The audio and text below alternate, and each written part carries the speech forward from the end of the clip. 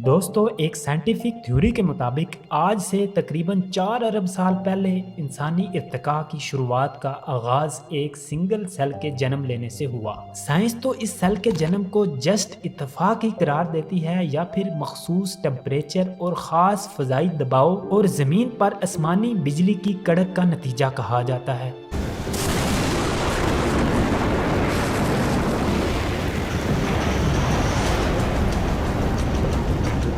ये साइंस भी बिल्लो रानी है, जब इसका दिल करता है तो बात का बतंगड़ बना देती है, बाल से खाल उतार लेती है। और जब इर्तिका जैसे गौर तलब मसले की बात आती है तो एक कहानी सुना दी जाती है जिसका ना सर है ना पाँव। आज साइंटिफिक दौर में भी ये मुमकिन नहीं हो सका कि किसी बेजान चीज से जानदार चीज बनाई जा सके। जिंदगी हमेशा जिंदगी से पैदा हुई, सिर्फ चंद ऑर्गेनिक कंपाउंड के मिलने से नहीं।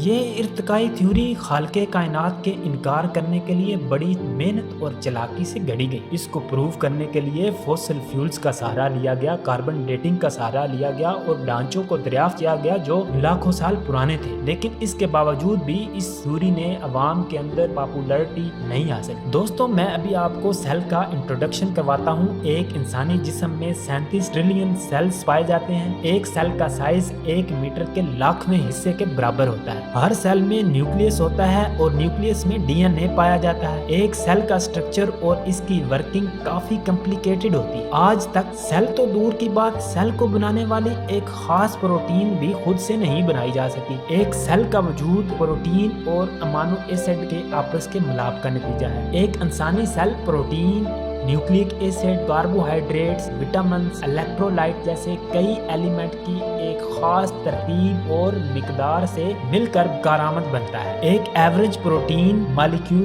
20 मुख्तलिफ अकसाम के 288 अमानो एसिड से मिलकर बनता है। इसकी तश्कील के लिए अमानो एसिड के 10 की पावर 300 यानी कि 10 लगा के उसके आगे 300 जीरो लगानी है। इतने मुख्तलिफ पेयर हो सकते हैं। इन तमाम मुमकिना पेयर में से सिर्फ एक ही पेयर रिक्वायर्ड प्रोटीन का मॉलिक्यूल बनाने के काबिल होता है। ये इतनी रेयर सिलेक्शन, इतनी परफेक्शन के साथ खुद ब खुद कैसे मुमकिन हो सकती है यार। नाम निहाद इर्तिकाई साइंस के मुताबिक एक सेल का वजूद तकरीबन 4 अरब साल पहले हुआ। इसके बाद ये इर्तिका करते करते 3 लाख साल पहले इस सिंगल सेल से बंदर टाइप की मखलूक का जन्म हुआ जिन्हें होमोसेपियन कहा जाता है। इन होमोसेपियन ने इर्तिका के अमल को फॉलो करते हुए आज के इंसान की शक्ल अख्तियार कर ली। ये कहानी है बिल्लो रानी की, मेरा मतलब है एक इवोल्यूशनरी साइंस, इर्तिकाई साइंस। वैसे देखा जाए तो अभी तक जो पूरी दुनिया में डेवलपमेंट्स या डिस्कवरी हो चुकी हैं, इनका आज से 1500 साल पहले तक कोई नामो निशान भी नहीं, कोई भी इनके बारे में नहीं जानता था। लेकिन सोचने की बात है,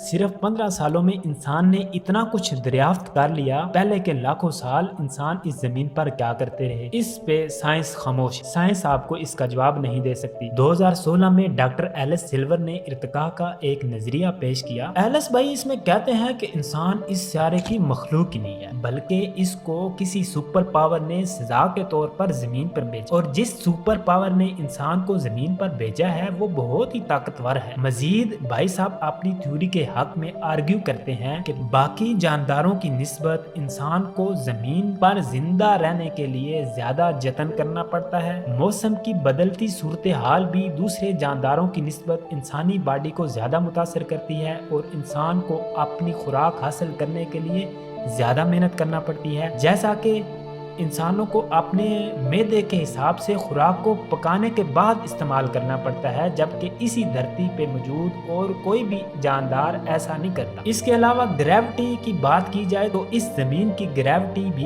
इंसान की रीढ़ की हड्डी को बहुत मुतासर करती है, जिसकी वजह से इंसान को कमर दर्द का प्रॉब्लम होता है और चीजों को उठाने में भारी महसूस होती है। शुरू के इंसानों के कद लंबे थे जो ग्रेविटी की वजह से वक्त गुजरने के साथ साथ छोटे हो गए। बाकी जानदारों को ऐसे प्रॉब्लम का सामना नहीं करना पड़ता। इस जमीन के तमाम जानदारों में से इंसान को अपने आराम सुकून के लिए खास बंदोबस्त करना पड़ता है। इसको नींद के लिए नरम बिस्तर चाहिए, जबकि बाकी जानदार ऐसा नहीं करते। एलिस भाई कहते हैं कि सारी सहूलियात होने के बावजूद भी इंसान के मन में बेसुकूनी पाई जाती है। मजीद इनका कहना है कि जिस सियारे से इंसान को जमीन पर भेजा गया है वहाँ ऐसे प्रॉब्लम्स का नामो निशान भी नहीं था। वहाँ ग्रेविटी बहुत ही कम थी, वहाँ इंसान को खाने के लिए सब कुछ मुयस्सर होता था जिसकी वो ख्वाहिश करता। वो वहाँ पर बड़ा लाडला था, वो जगह बड़ी आरामदेह थी, वहाँ सुकून ही सुकून था और वहाँ इंसान बहुत एक लाडली मखलूक था और ना ही वहाँ का दर्जा हरारत इंसान को नुकसान पहुँचाता।